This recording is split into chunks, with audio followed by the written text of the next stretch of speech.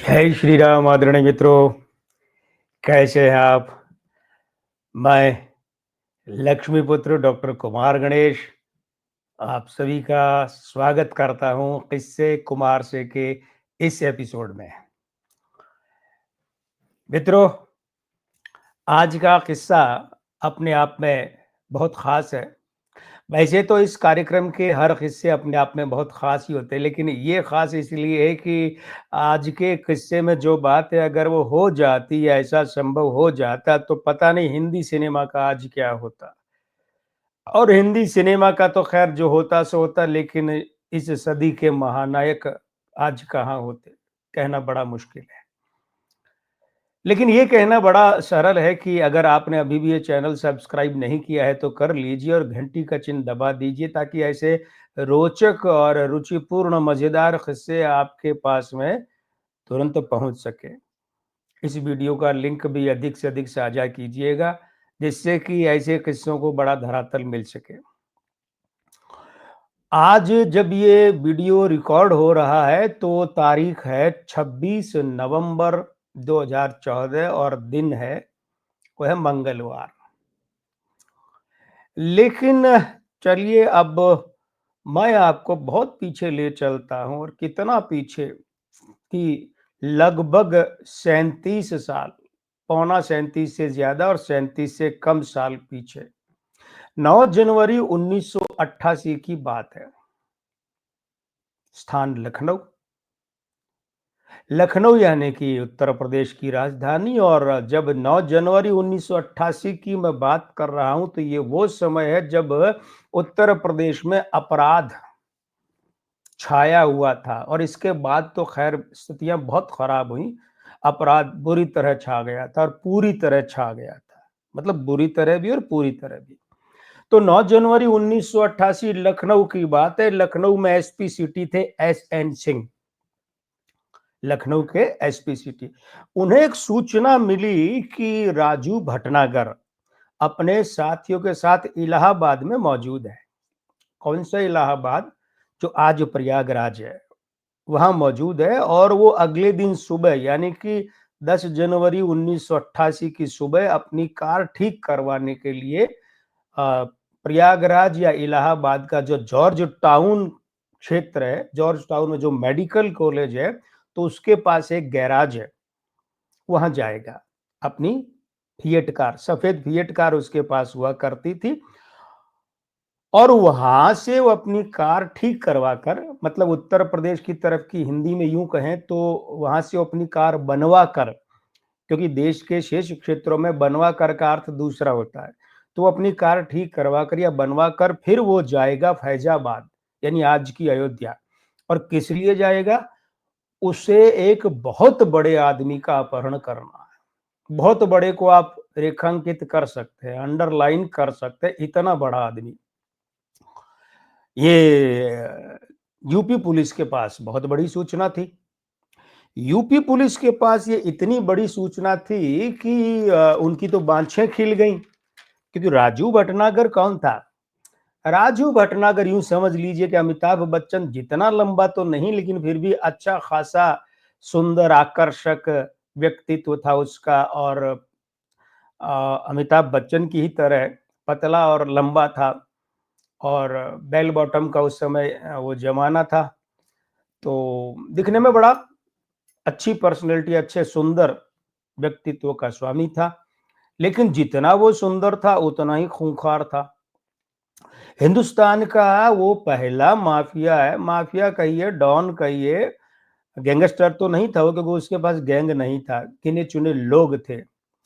प्रकाश शुक्ला 2-3 आदमी रखता था, तो इसके पास भी गिनती के लोग ही रहते थे। तो ये वो पहला डॉन या माफिया था जिसने अपहरण यानी किडनैपिंग को बिजनेस बना लिया था, उद्योग। बाद में तो खैर ये उद्योग उत्तर प्रदेश में, बिहार में, आसपास के इलाकों में बहुत फैला। तो सुव्यवस्थित रूप से उसे व्यापार का रूप, बिजनेस का रूप राजू भटनागर ने दिया था। और उसने ऐसे ऐसे अपहरण किए कि खौफ छा गया पूरे यूपी में उसका। लोगों ने बड़ी-बड़ी ज़मीनों के सौदे, नई गाड़ियाँ लेना, बंगले खरीदना, ये सब छुपा-छुपा कर करना शुरू कर दिया क्योंकि खबर मिलते ही अपहरण हो जाता था। वो खून-खराबा नहीं करता था राजू भटनागर, बचता था उससे। उसका काम था किडनैपिंग की, पैसा लिया और छोड़ दिया। तो ये बहुत बड़ी सूचना थी एसपी सिटी लखनऊ के पास, एसएन सिंह जी के पास में। तो उन्होंने क्या किया, उन्होंने 11 जवानों की टीम बनाई, 11 पुलिस वालों की टीम बनाई और इलाहाबाद पहुंच गई वो टीम। अब वहां पर क्या हुआ, वो वहां जॉर्ज टाउन क्षेत्र में उस जो लोकेशन मिली थी कि ये मेडिकल कॉलेज के पास में गैरेज है और यहाँ वो आएगा कल सुबह 10 बजे। तो वहां उन्होंने पहुंचकर क्या किया कि वो गैरेज के पास में फाफा माऊ पुल था। तो फाफा माऊ पुल के उन्होंने आधी टीम तो उधर खड़ी कर दी, 6 जवान और 5 जवान, और खुद जो है आधी टीम दूसरे तरफ पुल के दोनों सिरों पर खड़ी कर दी। मतलब आधी टीम को गैराज की तरफ और एक जो है वो फाफा माऊ के दूसरा गैराज के दूर वाले किनारे की तरफ वो टीमें खड़ी कर दी। तो 3-4 घंटे उन्हें प्रतीक्षा करनी पड़ी और 3-4 घंटे के बाद में देखा कि एक सफेद फिएट उधर गैराज पहुंची है। तो सफेद फिएट जो है उसमें 3 लोग बैठे, एक आदमी तो साफ पहचान में आ गया कि राजू भटनागर है, लेकिन 2 लोग जो है वो इतना साफ नहीं दिखे, पर यह स्पष्ट था कि 3 आदमी उस गाड़ी में उस गैराज के वहां पहुंचे हैं। अब हुआ क्या, वो वहां पहुंचे तो पुलिस ने, एक टीम तो पुलिस की 6 लोगों की यहाँ थी गैराज के पास, और भागे नहीं इसलिए इस पुल के दूसरी तरफ दूर वाले छोर पर फाफा माऊ पुल के दूसरी तरफ 6 लोगों की पुलिस वालों की एक टीम वहां थी। तो जब वो दोनों टीमों के जबड़े में आ गया गैराज के पास, तो फिर पुलिस ने उसे चेतावनी दी कि आत्मसमर्पण कर दो। आत्मसमर्पण करने की बजाय राजू भट्टागर ने चलाई गोलियां। गोलियां चलाई तो फिर पुलिस ने भी गोलियां चलाई। इस फायरिंग में लगभग 10 मिनट तक तो ये चली फायरिंग, और उसके बाद फायरिंग हो गई कार में से बंद। कार में बंद हो गई तो पुलिस वहां पहुंची। पुलिस वहां पहुंची तो देखा कि राजू भटनागर तो मरा हुआ है और एक आदमी वहां जो है वो घायल पड़ा है। अब आप उसका नाम जानेंगे तो आप भी सोचेंगे अरे बाप रे, ये आदमी जो घायल था ये था बबलू श्रीवास्तव, जो उस समय तो राजू भटनागर का चेला कम साथी था। मतलब ऐसा साथी था जो चेले जैसा था, और बाद में ये भी बड़ा गैंगस्टर बना, अपराध जगत में बड़ा नाम बना। फिलहाल ये जेल में बंद है। और एक समय ऐसा था जब विश्व के राष्ट्राध्यक्षों के सबसे बड़े धर्म गुरु चंद्रा स्वामी का ये खास बायां बायां हाथ होता था बबलू श्रीवास्तव। बाद में मतभेद हो गए, खैर। लेकिन तीसरा एक आदमी वहां जो है पीछे की सीट के कोने में दुबका हुआ पड़ा था, और ये था ब्रजमोहन। ये भी राजू भटनागर का चेला कम साथी था। मतलब ऐसा साथी जो चेले जैसा था, ये था ब्रजमोहन। तो बस वहां सब कुछ बिखरा बिखरा था। राजू भटनागर की लाश हटाई गई, बबलू श्रीवास्तव को पकड़ा गया, ब्रजमोहन को भी पकड़ा गया। और हुआ क्या कि वहां पुलिस को कार में एक डायरी मिली। अब आप कहेंगे अरे भाई आपने जो विषय दिया है वो कहाँ है? हाँ, वही तो है, उसी की तरफ आ रहे हैं, लेकिन उससे पहले आपको बताना आवश्यक है कि उस विषय के पीछे खौफ कितना था, षड्यंत्र क्या था।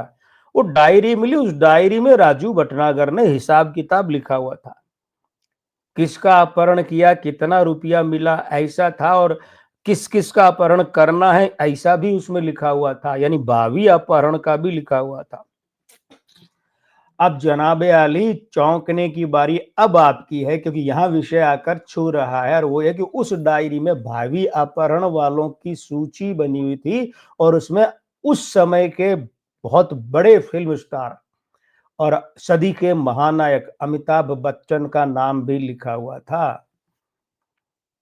यानी राजू भटनागर अमिताभ बच्चन का आने वाले दिनों में अपहरण यानी किडनैप करने वाला था।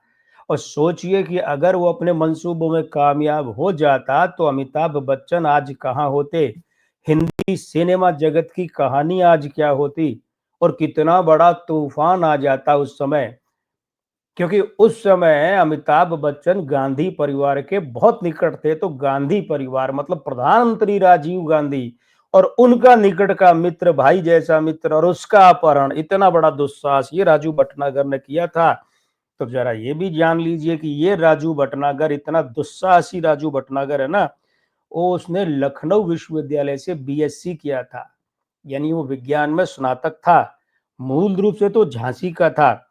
और एक और बात है, हमने यहीं कहीं एक वीडियो में जब बात की थी कि तिहाड़ जेल तोड़कर चार्ल्स शोभराज भागा था, और जब हमने बात की थी दिलीप कुमार और माफिया के संबंधों वाली, तो मधुकर जेंडे के समय जिक्र आया था। तो जब दूसरी बार चार्ल्स शोभराज ने तिहाड़ जेल तोड़ी थी 1986 में, तो उसका सारा जो दारोमदार है ना, वो टिका हुआ था राजू भटनागर पर। बाहर से हथियारों का, नशीली जो सुंघाने वाली दवाएं, उनका सारा इंतजाम, गाड़ियों का इंतजाम, पैसों का इंतजाम, वो सब राजू भटनागर में जेल में रहते रहते शोभराज को करवाया था उपलब्ध। और चार्ल्स शोभराज क्या था, इसके लिए हमारा वो दिलीप कुमार और माफिया के संबंध वाला वीडियो देख लीजिएगा। तो जनाब अली, बात यह है कि ये मकसद उसका राजू भटनागर का कामयाब नहीं हुआ, और सदी के महानायक को आज हम यहाँ इस रूप में देख रहे हैं। वरना तो क्या होता, भगवान ही जाने, कुछ नहीं कहा जा सकता। हाँ, लेकिन ये कहा जा सकता है कि अगर अभी भी आपने चैनल सब्सक्राइब नहीं किया है तो कर लीजिए भाई, आपको आशीर्वाद जो है हमारे चैनल को तो देना ही है ना। और हमारा जो ज्योतिष वाला चैनल है डॉक्टर कुमार गणेश न्यूमरोलॉजी, उसका लिंक भी यहाँ डिस्क्रिप्शन में दिया हुआ है, आप उसे फॉलो करें, और वहां भी अगर नहीं गए तो पधारें और देखें। और बस आज इतना ही। मैं लक्ष्मीपुत्र डॉक्टर कुमार गणेश आपसे विदा चाहूंगा, ये कहते हुए कि विदा, लेकिन कभी अलविदा ना कहना। नमस्ते दोस्तों।